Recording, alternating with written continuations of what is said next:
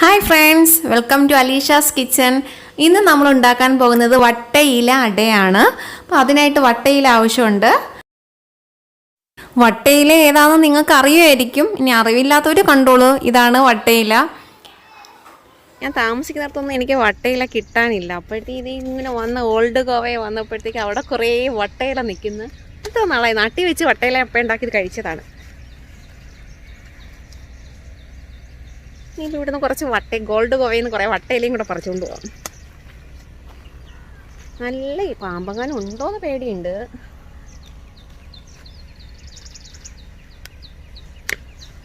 നല്ല വലിയ ഇല.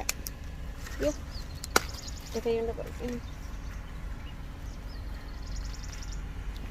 കുട്ടികളൊന്നും കഴിച്ചിട്ടേ ഇല്ല ഈ ഒരു സാധനം. ഇതിൽ അപ്പം ഉണ്ടാക്കുന്നത് കുറച്ച് അധികം പിച്ച, എന്നിട്ട് ഫ്രിഡ്ജിൽ വെച്ചിരുന്ന് കഴിഞ്ഞാൽ അതിലിരിക്കുമല്ലോ. നമുക്ക് എപ്പോഴും കിട്ടുന്ന സാധനമല്ല. നാട്ടിലൊക്കെ ആണെങ്കിൽ വെട്ടിക്കളയും ഈ മരം.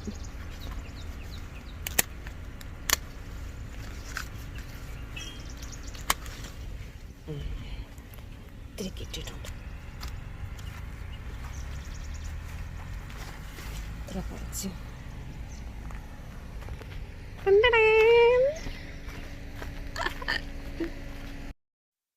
വട്ടയിലേക്ക് ആവശ്യത്തിലധികം കിട്ടിയിട്ടുണ്ട്. ഇനി നമുക്ക് അട ഉണ്ടാക്കാൻ തുടങ്ങാം. ഇതിനായിട്ട് 2 കപ്പ് വെള്ളം ഞാനിപ്പം ചൂടാക്കാനായിട്ട് വെച്ചിട്ടുണ്ട്. നല്ല വെള്ളം തിളച്ച് പോകണ്ട, നമുക്കൊരു ചെറിയ ആവി വന്ന് തുടങ്ങിയാൽ മതി. അതുകൊണ്ട് ഈ കപ്പിന് 2 കപ്പ് വെള്ളമാണ് ഞാൻ എടുത്തത്. നല്ല തിള വരണ്ട, നമുക്ക് ഒരു ചെറിയ കുമിളകൾ വന്ന് തുടങ്ങുന്ന ആ ഒരു സമയമുണ്ട്, ആവി വന്ന് തുടങ്ങില്ല. അപ്പം നമുക്കിത് ഓഫ് ചെയ്യാം. അപ്പം ഇതിലോട്ട് ഉപ്പ് കൂടി ആഡ് ചെയ്ത് കൊടുത്ത് അതുകൊണ്ട് ആവി വന്ന് തുടങ്ങിയിട്ടുണ്ട്. ഇനിയിപ്പോൾ സ്റ്റവ് അങ്ങ് ഓഫ് ചെയ്യാം. ഇനി ഇതിലോട്ട് 2 കപ്പ് അരിപ്പൊടി ആഡ് ചെയ്ത് കൊടുക്കുന്നു. അപ്പം ഈ ഒരു കപ്പിന് തന്നെയാണ് വെള്ളം എടുത്തത്, അതേ അളവിൽ തന്നെയാണ് മാവ് എടുക്കുന്നതും. ഇത് എന്നിട്ട് നല്ലതുപോലെ ചേർത്ത് ഇളക്കി എടുക്കുക. അപ്പം നിങ്ങൾ ഓരോ മാവിൻ്റെയും സ്വഭാവം പലതായിരിക്കും. ചിലതിൽ എത്ര വെള്ളം ഒഴിച്ചു കഴിഞ്ഞാലും ആ വെള്ളം അത്രയും അബ്സോർബ് ചെയ്തുകൊണ്ടേയിരിക്കും. അപ്പം ഇതിൽ തന്നെ നിങ്ങൾക്കും എടുക്കണമെന്ന് പറയാനും പറ്റില്ല. ഓരോ മാവിൻ്റെ സ്വഭാവം അനുസരിച്ചിട്ട് വെള്ളത്തിൻ്റെ ക്വാണ്ടിറ്റിയിൽ വ്യത്യാസം വരും. അതനുസരിച്ച് വെള്ളം ഒഴിക്കുക. അപ്പം ഇത് മാവ് നല്ലതുപോലെ വെന്ത് പോകണ്ട. നമുക്കൊരു ഇടിയപ്പമൊക്കെ ഉണ്ടാക്കുന്ന ആ ഒരു പരുവം മതി. ഇനി ഇതിലോട്ട് ഞാൻ കുറച്ച് എള്ള് ചേർത്ത് കൊടുക്കുന്നുണ്ട്. വെള്ള എള്ളാണ്. അപ്പം കറുപ്പ് ഇടുന്നതാണ് നല്ലത്, ടേസ്റ്റ് അതിനാണ്. പക്ഷേ ഇവിടെ കുട്ടികൾ അത് കഴിക്കില്ല, കാരണം പൊടി കിടക്കുന്നതെന്ന് പറഞ്ഞിട്ട് അവരിതിങ്ങനെ നുള്ളിപ്പറക്കിക്കൊണ്ടേയിരിക്കും. അപ്പോൾ അതുകൊണ്ട് ഞാനത് വൈറ്റ് ആക്കിയതാണ്. ബ്ലാക്ക് ഇടുന്നത് തന്നെയാണ് നല്ലത്. അപ്പോൾ മാവ് കുഴച്ചത് ഈ ഒരു പരുവത്തിന് എടുത്ത് വെച്ചിട്ടുണ്ട്. നമ്മളിപ്പം കുറച്ച് നോർമൽ വാട്ടറും കൂടെ കയ്യിൽ തൊട്ട് വേണം മാവ് കുഴക്കേണ്ടത്. അപ്പോൾ പെട്ടെന്ന് കുഴഞ്ഞു തരും, കുറച്ച് വെള്ളം കൂടെ ചേർത്തിട്ട്. ഇനി ഇതിനകത്ത് ഫില്ല് ചെയ്യാനുള്ള മധുരം തയ്യാറാക്കാം. അതിനായിട്ട് ഞാൻ ഇപ്പോൾ ഒരു തേങ്ങ എടുത്തിട്ടുണ്ട്. ഇതിലിപ്പോൾ നിങ്ങൾക്ക് ഇഷ്ടമുള്ളത് ചേർക്കാം. ശർക്കര വേണം എന്നുള്ളവർക്ക് അത് പഞ്ചസാരയാണ് വേണ്ടെങ്കിൽ അങ്ങനെ. ഇപ്പോൾ ഇവിടെ നമുക്ക് പഞ്ചസാര ഇഷ്ടമുള്ളതുകൊണ്ട് പഞ്ചസാര എടുത്തു. ഇനി ഇതിലോട്ട് നമ്മൾ എള്ളു കൂടി ആഡ് ചെയ്ത് കൊടുക്കുക. ഇനി ഇലയിച്ചി പൊടിച്ചത് അതും കൂടി മിക്സ് ചെയ്ത് ഈ തേങ്ങയും പഞ്ചസാരയൊക്കെ നല്ലതുപോലെ ഒന്ന് കൈ കൊണ്ട് തന്നെ വിരവി നല്ല ഒന്ന് കുഴച്ചെടുക്കുക.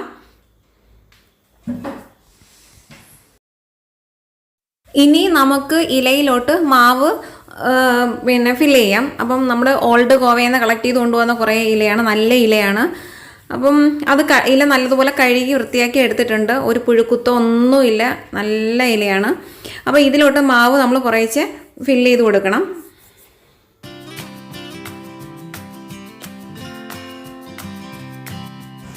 കയ്യിൽ വെള്ളം തൊട്ടിട്ട് മാവ് പരത്തുന്നതാണ് എളുപ്പം. അപ്പം പെട്ടെന്ന് നല്ലതുപോലെ പരന്ന് വരും.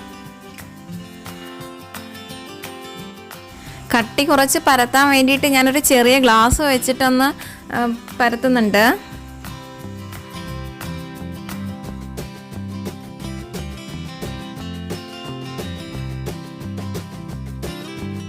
ഇലയിലൊക്കെ പരത്തുന്ന കണ്ടിട്ട് എൻ്റെ ചെറിയ കുട്ടി നോക്കി നിൽക്കുകയാണ്. അവനും ഇതിലൊക്കെ ഒന്ന് കൈയിട്ട് കളിക്കാൻ വേണ്ടിയിട്ട്. ഭയങ്കര എന്തോ വലിയ സംഭവം എന്തോ ഉണ്ടാക്കുന്നു എന്നുള്ള ധാരണയിൽ നിൽക്കുകയാണ്.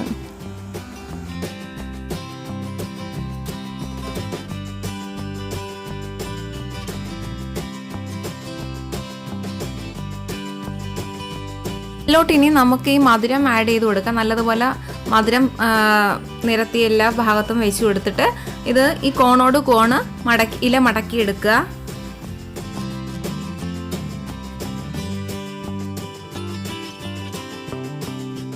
ആ സൈഡ് മാവ് കൊണ്ട് തന്നെ അതൊന്ന് ഒട്ടിച്ചെടുക്കുക. പിളർന്ന് പോകാതിരിക്കാൻ വേണ്ടിയിട്ട് മാവുകൾ തമ്മിൽ നല്ലതുപോലെ ചേർത്തൊട്ടിക്കുക.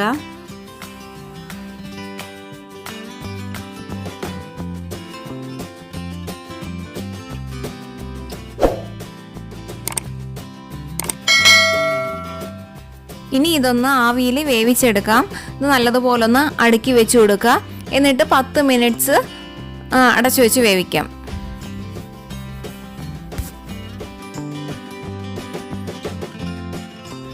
മിനിറ്റ്സ് ആകുമ്പോൾ ഇതൊന്ന് തുറന്നിട്ട് നമ്മളൊന്ന് മറിച്ച് വെച്ച് കൊടുക്കുക. കാരണം അടുക്കി വെച്ചിരിക്കുന്നത് കൊണ്ട് നടുക്ക് ഭാഗങ്ങളൊന്നും വെന്തിട്ടുണ്ടാകില്ല. അപ്പോൾ നമ്മളിതൊന്ന് തിരിച്ചുകൂടി വെച്ച് കൊടുക്കുക.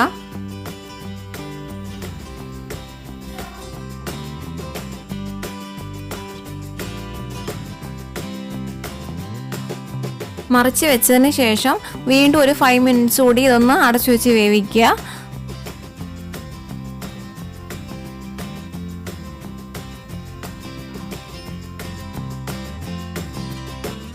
വട്ടയിലട റെഡിയായി വന്നിട്ടുണ്ട്. ഇനി ഇത് നമുക്ക് ചൂടോടുകൂടി സെർവ് ചെയ്യാം. നല്ല മഴയുള്ള വൈകുന്നേരങ്ങളിലൊക്കെ ചൂടടയൊക്കെ കഴിച്ചിരിക്കാൻ നല്ല രസമായിരിക്കും.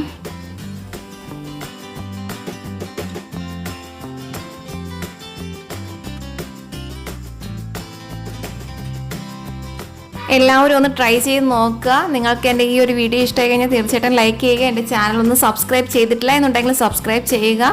അപ്പോൾ തുടർന്ന് വരുന്ന ബെല്ലൈക്കൺ കൂടി ക്ലിക്ക് ചെയ്യുക. അപ്പോൾ ഞാനിടുന്ന വീഡിയോസിൻ്റെ നോട്ടിഫിക്കേഷനൊക്കെ ലഭിക്കുന്നതായിരിക്കും. അപ്പോൾ നല്ലൊരു വീഡിയോ ആയിട്ട് വീണ്ടും വരാം. Okay, bye, take care.